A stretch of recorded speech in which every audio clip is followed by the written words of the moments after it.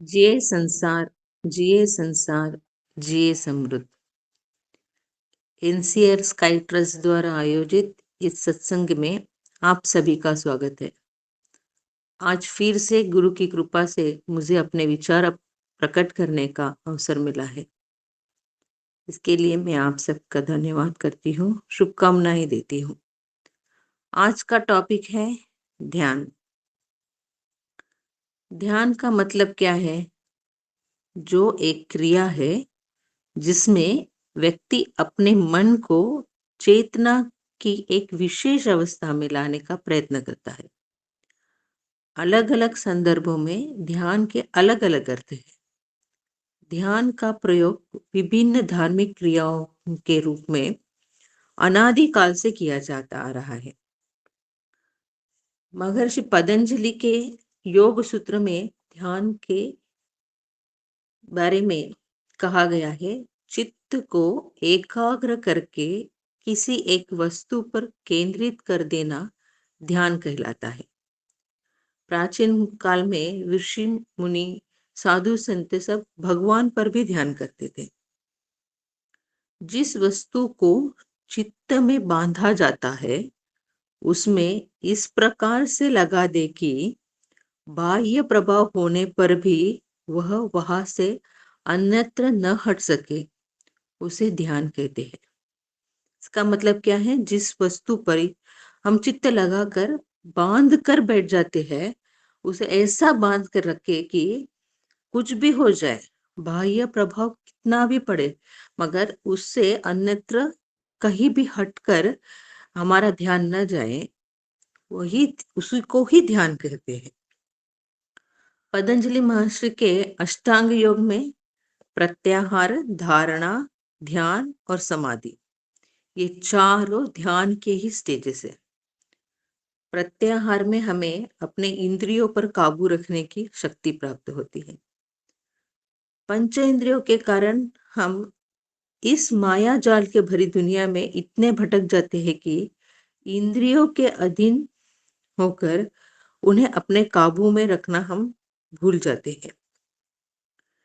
यह ध्यान की पहली स्टेज है। अगर हम प्रत्याहार धारण कर सकते हैं तो वो हमारी ध्यान की पहली स्टेज है। उसके बाद आती है धारणा, मन को एकाग्र करना, कॉन्सेंट्रेट।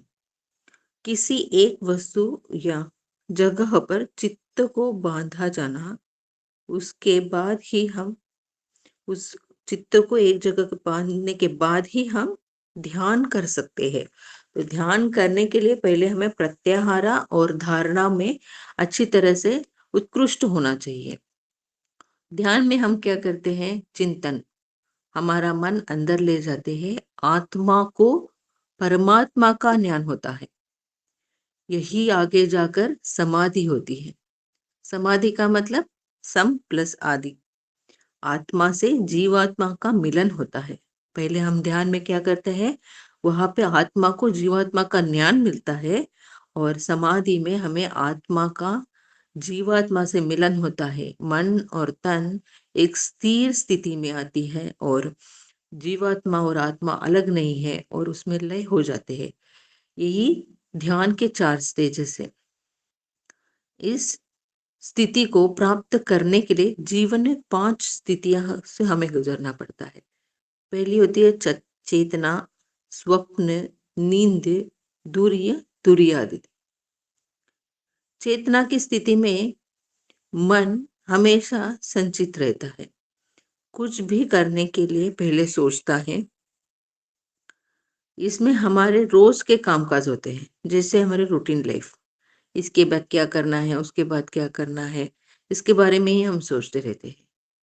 इसके बाद में जो जीवन काल है वो है नींद, नहीं, स्वप्न आता है। स्वप्न, इसके बाद में स्वप्न जीवन है। उसके बारे में जीवन वास्तविक संबंध से कुछ नहीं रहता, वह पूरे के पूरा काल्पनिक रहता है। मगर जब हम जागते हैं तब कभी कभार हमें स्वप्न याद रहते हैं। यह हमारे कल्पना के समान स्वप्न आते हैं। नींद में हमें अपने आप को, आपके बारे में कुछ याद नहीं रहता। स्वप्न तो थोड़े थोड़े याद तो रहते हैं, लेकिन पूरे नींद में हम रहते हैं तो हमें कुछ याद नहीं होता। इसका वास्तविक जीवन से कोई संबंध नहीं होता। It's equal to death. तो छोटी सी डेथ के जैसे रहता है। सब कुछ बंद हो जाता है, कुछ याद नहीं रहता। उसी प्रकार दूरीय स्थिति में हम मन एकाग्र होकर ध्यानस्थ होते हैं, और धुरियादित स्थिति में मन विस्तृत होकर ध्यानस्थ होते हैं। तो जीवन में चेतना, स्वप्न, नींद, धुर्य, धुर्यादित, ये 5 स्थितियों से हमें गुजरना पड़ता है। तो जीवन में इन 5 स्थितियों में हम कौन सी स्थिति में है, हम इसको हमें ज्ञान होना चाहिए। तभी हमें ध्यान जीवन प्राप्त हो सकता है, हमें ध्यानस्थ होने की शक्ति मिलती है। जैसे चेतना रोज का जीवन काल है, स्वप्न स्थिति काल्पनिक स्थिति है, नींद स्थिति अज्ञात स्थिति है, धैर्य स्थिति जागृत स्थिति, दुर्यादित स्थिति एकाग्र स्थिति, लीन स्थिति कहते हैं उसे। अभी हमें पता चला हम किस स्थिति में है। तो इस स्थिति में हमारे मन की लहरें 1 से 40 सर्कल पर सेकंड रहती है। इस लहरों को कम करने के लिए, यानी मन की लहरों को कम करने के लिए मन को कम से कम स्थिति में लाना पड़ता है। इसलिए हमें ध्यान करना जरूरी है। इसे अंतर ध्यान भी कहते हैं। इस तरह का अंतर ध्यान कुंडली योग में ही साध्य है।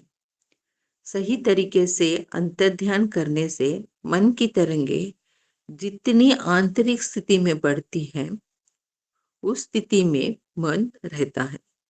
साधारण स्थिति में 14 से 40 स्थिति में रहता है। तो रोज के कामकाज, हमारे रोज के विचार, कार्य करना, खाना पीना, कुछ अनुभव, कुछ उपभोग, इसके बीच में ही मन रह जाता है। इस तरह के स्थिति में हम भावनात्मक रहते हैं। इसके नीचे है 13 से 8। यहाँ थोड़ा सा मन शांत हो जाता है। 7 से 4 पर जाने पर हमें इस ब्रह्मांड का ज्ञान मिलता है, विज्ञान का ज्ञान मिलता है। और 3 से 1 जाने पर आनंद, परमानंद स्थिति का हमें ज्ञान होता है। यही हमें परमात्मा का ज्ञान होता है, ईशत्व की जानकारी मिलती है। इसे हम ईश स्थिति कहते हैं। मानव जीवन का अल्टीमेट गोल ईश स्थिति है। इस स्थिति को महसूस करने का प्रयास ही या उसका प्रवास ही हम लोग कर रहे हैं। Journey towards the goal of self realisation and journey towards the goal of God realisation, यही हमारा जीवन का उद्देश्य है। तो जीवन का उद्देश्य क्या है? ज्ञान में जागरूकता लाकर ईश स्थिति को पाकर जीवन में परिपूर्णता पाकर जीवन का सफर तय करना। हम लोग इस दुनिया में आए हैं तो जी कर ज्ञान की जागरूकता तक हमें जाना है, और उससे ईश स्थिति को पाकर, परिपूर्णता पाकर इस जीवन का सफर हमें तय करके आगे बढ़ना है। ध्यान करने से जो चेतना स्थिति, जिस पर इंद्रियों का रास्ता, वो मिट जाती है, मतलब पहली स्थिति। उसके बाद जब हमें आज्ञा दीक्षा मिलती है तो मन एक जगह पर एकाग्र होता है। इसके लिए हमें आज्ञा की फीलिंग वह हम महसूस करते हैं। इससे पिट्यूटरी ग्लैंड हमारा कार्यरत होता है और हमारे इंद्रियों पर हमें थोड़ा थोड़ा कंट्रोल मिलने लगता है। जब दूरिय स्थिति पर ध्यान करते हैं तो तब मन एक बिंदु में आकर रुक जाता है, और दूरियादित स्थिति में वह विस्तृत होता है। तो आज्ञा दूरिय स्थान में हमें क्या, किसी की मदद चाहिए हमें वो ध्यान करने के लिए। लेकिन दूरियादित स्थिति में जब विस्तृत होता है तो हमें अपने ज्ञान की जागरूकता की वहां पे जरूरत होती है। हम सभी ने इसका अनुभव किया है, क्योंकि हम लोग ये ध्यान सब सीख चुके हैं। फिर भी हम इस स्थिति को प्राप्त नहीं कर पा रहे हैं, उसमें सफल नहीं हो पा रहे। क्यों? इस ध्यान स्थिति में उच्चतम स्थिति प्राप्त करने या ध्यानस्थ होने के लिए हमें कई बाधाओं से गुजरना पड़ता है। इसका कारण क्या है? एक ही कारण है, हमारा कर्मफल। तो महर्षि की एक पोएम है जहां पर ध्यान के बारे में महर्षि ने लिखा है, एकाग्र स्थिति में तन और मन को ध्यान की आदत डाल, उसके संकल्प, तीक्ष्णता, शक्ति यह बढ़ जाएंगे। हर रोज के अनुभव को प्राप्त करके ध्यान में उसे बिठाकर उसका अध्ययन करें। रोज के लिए कार्य सद्गुण इंद्रियों में भर जाएंगे। ध्यान के करने से यह साध्य है। इससे भी आगे बढ़कर हमारे कर्मों के जो छाप है उसको मिटाने भी ध्यान मदद करता है। ये महर्षि के इस पोएम में हमें ध्यान के बारे में बताया गया है। तो हमारे जीवन में सफलता प्राप्त करने के लिए हमारे तीनों कर्मों के फल कारण हमें पहचाने हैं। इन तीनों कर्मों पर मात करके उस शक्ति से ध्यान प्राप्त करना है। ध्यान करने से हम भावात्मक स्थिति से निकलकर जागरूकता स्थिति में आते हैं। ध्यान करने से हमारे जो कोश है, अन्न कोश से आनंदमय कोश तक पहुंचते हैं। मन के ऊपर 5 लहरें होती हैं, उसमें सबसे ऊपर होती है अन्नमय कोश। इस स्टेज में मन एक ही जगह पर रुक जाता है, जो जरूरतें भौतिक और शारीरिक जरूरतें पर ही डिपेंड रहता है। इसमें ज्ञान और कर्म इंद्रिय है, जो ज्ञान इंद्रिय और कर्म इंद्रिय है, इस पर ही मन लगा रहता है। इस स्थिति में मन सुख दुख कष्ट आनंद को ही समझ सकता है।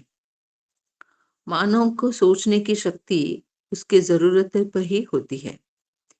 इस स्थिति में ध्यान करने वालों को कुछ भी करने पर उसे हमें कैसे भौतिक लाभ मिलेगा इसके बारे में ही वो सोचता रहता है। इस स्थिति में ध्यान करना बहुत ही कठिन है। मगर इस स्थिति को तोड़कर जब मानव ऊपर आता है, जब मन की स्थिति ऊपर आती है, तो मन मनोमय कोश में रहता है। इसमें मानव का मन भावात्मक होता है।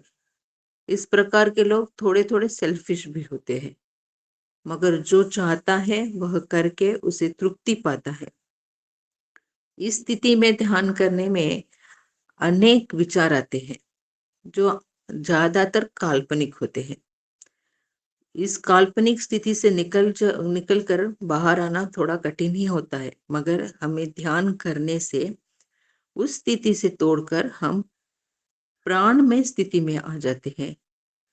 इसके लिए आने के लिए हमें इंद्रियों की मदद से जब ईशत्व लीन होता है तो हम मिलता है।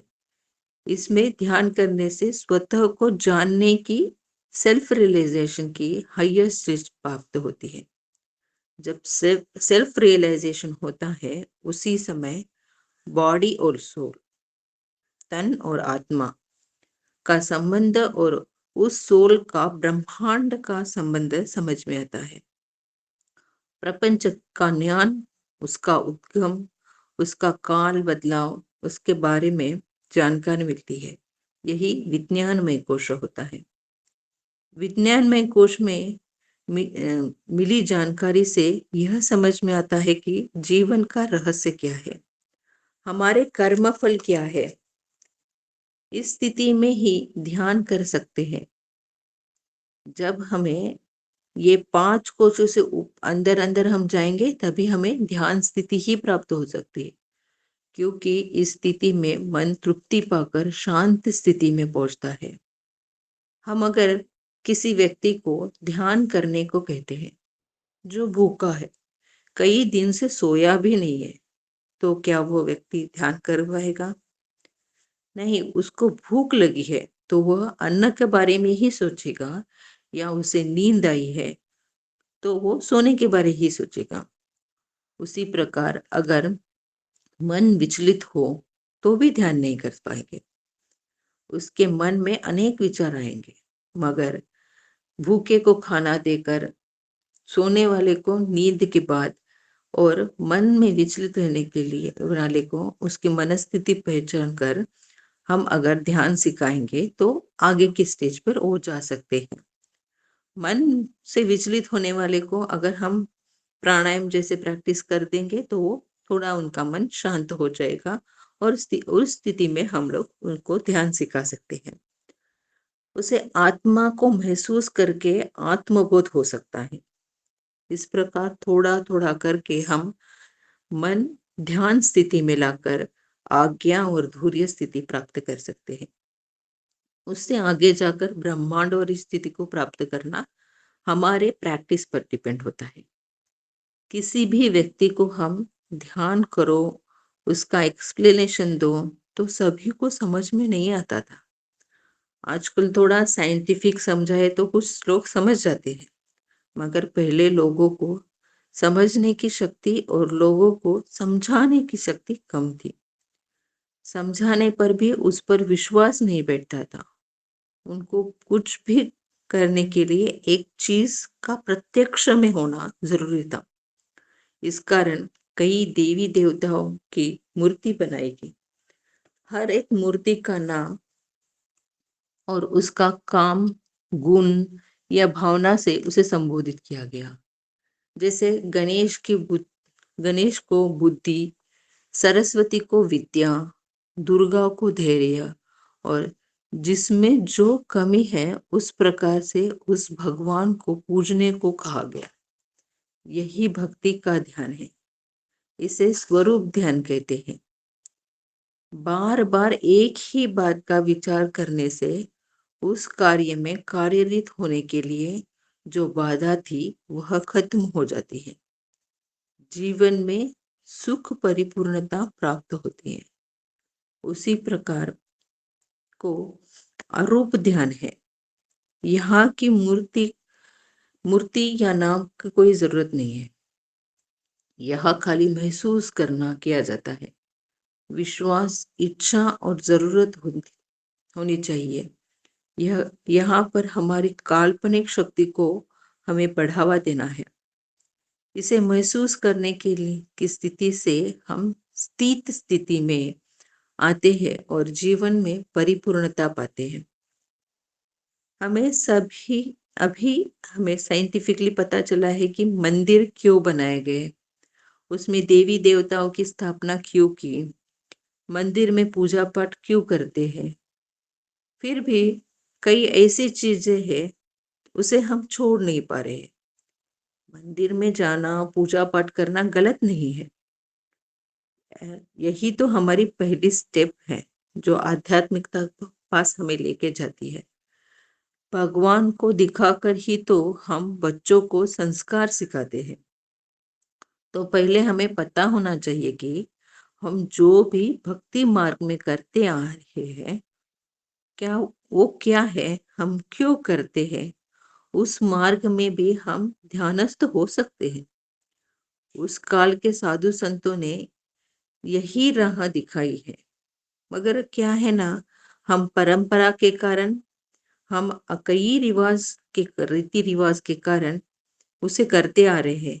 मगर क्यों करते हैं, इसका कारण क्या है, इसके बारे में हम रियलाइज नहीं कर पा रहे हैं।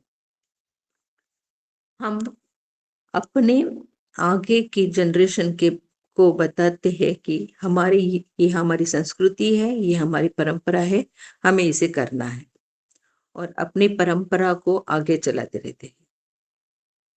मगर अब हम भक्ति मार्ग से ज्ञान मार्ग तक चले आ रहे हैं। तो क्या ज्ञान मार्ग में चलते समय कुछ आदतों के कारण नियमित रूप से या नियमित नियम लगाकर कार्य करेंगे तो उसमें फिर से भक्ति मार्ग आ जाएगा। वही भक्ति मार्ग की राह और औपचारिकता हम में आ जाएगी। जैसे कि ध्यान करने के लिए कोई विधि नहीं है। वैसे तो नो रूल्स फॉर प्रेयर, मगर हमने प्रेयर्स पर रूल लगाकर प्रेयर को समुचित कर दिया है। वैसे ही अगर हम ध्यान करने पर रूल लगाएंगे तो ध्यान में इस स्थिति नहीं प्राप्त कर पाएंगे। जैसे कि पर्टिकुलर समय पर ही ध्यान करना, पर्टिकुलर जगह पर ही ध्यान करना, ऐसा कुछ नहीं है। हम किसी भी समय कहीं भी ध्यान कर सकते हैं। इसके लिए मन की दृढ़ता काफी है। मुझे इस जीवन का उद्देश्य का पता चल गया है। इसके लिए मुझे ध्यान करना है। ईश स्थिति प्राप्त करने के लिए मुझे शून्यता की स्थिति प्राप्त करनी है। इसके लिए कोई संस्कार न बनाए, कुछ रूल्स न बनाए, ज्ञान मार्ग को मैकेनिकल मत बनाए। वो नेचुरल रूप से हमें ध्यान प्राप्त करना चाहिए। उसका नेचुरल आचरण हमें रहना चाहिए। जोर लगाकर या रूल्स एंड रेगुलेशन से ध्यान नहीं आता। उसे साधारण स्थिति में एक चित्त होकर होना चाहिए, तभी ध्यान का लाभ उठा सकते हैं। हम जब मनोविकास केंद्र में आए थे तो क्या हमें ध्यान के बारे में पता था? बहुत से कम लोगों को ध्यान क्या है, उसका मतलब क्या है, उसके बारे में पता होगा। हम जब केंद्र में आए थे तो हम एक तो हेल्थ इशू से आए होंगे या माइंड इशू से। इसके कारण अलग अलग हो सकते हैं, मगर केंद्र में आते ही हमें एक्सरसाइज और मेडिटेशन दोनों साथ साथ सिखाए गए। पर्टिकुलर हेल्थ इशू के लिए पर्टिकुलर एक्सरसाइज यह कम ही होगा। सभी मेंटल इशू के लिए सेम मेडिटेशन। कहा, यहाँ आते वक्त किसी को joint pain, hip pain, digestion problem, headache, leg pain, कुछ भी, जैसे मसल पेन, कई दर्द साथ आए हैं। सभी को एक ही प्रकार का व्यायाम हमने सिखाया। सभी को उनके दर्द का निवारण भी मिला है। तो महर्षि ने ऐसी एक्सरसाइज पैटर्न बनाई है कि जिससे सभी को राहत मिलती है। उसी प्रकार हमें पता नहीं था कि ध्यान मुक्ति का मार्ग है। हम यहाँ क्यों आए थे? मेंटल स्ट्रेस, नींद ना आना, अनवांटेड थॉट्स, रिश्तेदारों से तनाव, कई प्रॉब्लम थे, मगर उसका भी एक ही प्रकार से उपचार। क्या? मेडिटेशन। मन शांत होने से सभी प्रकार के मेंटल स्ट्रेस, मेंटल प्रॉब्लम ठीक हो जाते हैं। एक्सरसाइज और मेडिटेशन करने से लगभग सब कुछ ठीक होता है। और बाद में समझ में आया, ध्यान करने से परिपूर्णता मिलती है। ध्यान प्राप्ति के लिए हमें अपने कर्म फल को समझना और उसके ऊपर कार्यरत होना, यही हमारे जीवन का उद्देश्य है। उस फल को मिटाने के लिए ध्यान के साथ साथ हमें सेवा भाव से प्रतीत होना है। तभी हमें समझ में आता है कि ध्यान क्यों करना है। जैसे शरीर को क्लीन करने के लिए नहाते हैं, उसी प्रकार मन को क्लीन करने के लिए, मन में जो दुर्गुण है उसे और दुर्विचार है उसे क्लीन करने के लिए हमें जो काम करना है वो ध्यान होना है, ध्यान करना है। ध्यान से अंदर के बैडनेस को बाहर निकालते हैं और गुडनेस को अंदर ले आते हैं। बुद्ध, यीशु, मोहम्मद नबी जैसे महात्माओं ने ध्यान के महत्व को महसूस किया है और लोगों को पहचाना है।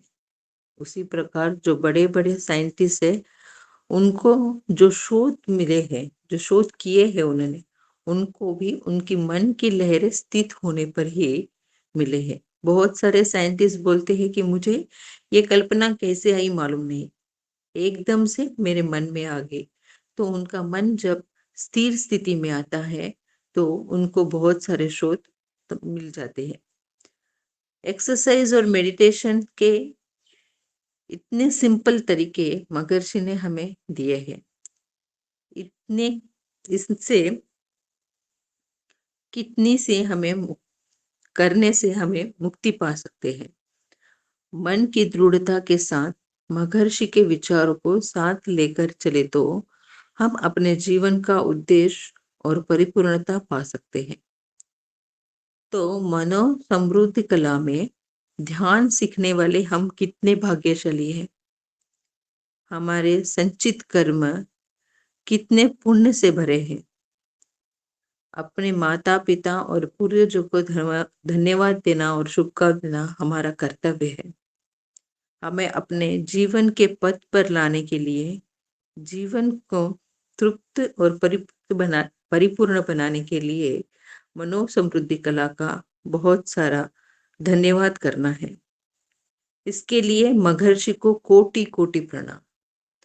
और हमें इस स्थिति पर लाने के लिए इस राह को दिखाने में, महर्षि की राह को दिखाने के लिए जो अध्यापक ने हमें सिखाया हो, उन अध्यापकों को भी धन्यवाद।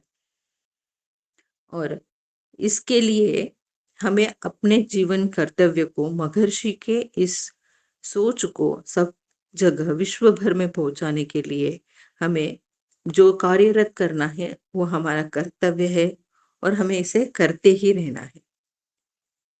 इस ध्यान के लिए मैंने एक कविता पढ़ी थी, किसने लिखी है मुझे मालूम नहीं, लेकिन कविता बहुत ही सुंदर थी। चंचल मन को काबू करके, चंचल मन को काबू कर ले, लगा ले तू ध्यान, अंतर मन के खोल कपाट, बन जा तू महान। मन को एकाग्र करके बन जा तू गुणों की खान, तन मन जीवन अर्पण करके मिल जाएगा ज्ञान। मन के विचार बहुत तीव्र है, तू उनको पहचान, मन के विकारों को दूर कर कर बन जा चतुर सुजान। ध्यान से कर लो प्रभु के दर्शन, ध्यान से कर लो प्रभु के दर्शन, करते संत बखान। नहीं किया जो जप तप ध्यान, न होगा जीवन का कल्याण। ओ इंसान, नहीं किया जो जप तप ध्यान, न होगा जीवन का कल्याण। इस कविता में महर्षि ने जो जो हमें सिखाया है पूरी तरह से इसमें लिखा गया है। तो ये कविता बहुत सुंदर थी, इसलिए मैंने पढ़ा कर देख ली। नरेश जी ने जैसे कहा अगले हफ्ते ध्यान दिवस है, तो आज मुझे ध्यान के बारे में बोलने का एक अवसर मिला, इसके लिए मैं बहुत ही शुभचिंतक हूँ। इस तरह से इस ध्यान के बारे में जो मुझे पता था, जो मैंने महसूस किया है, वो आपके सामने रखा है। जिए संसार, जिए संसार, जिए समृद्ध। धन्यवाद।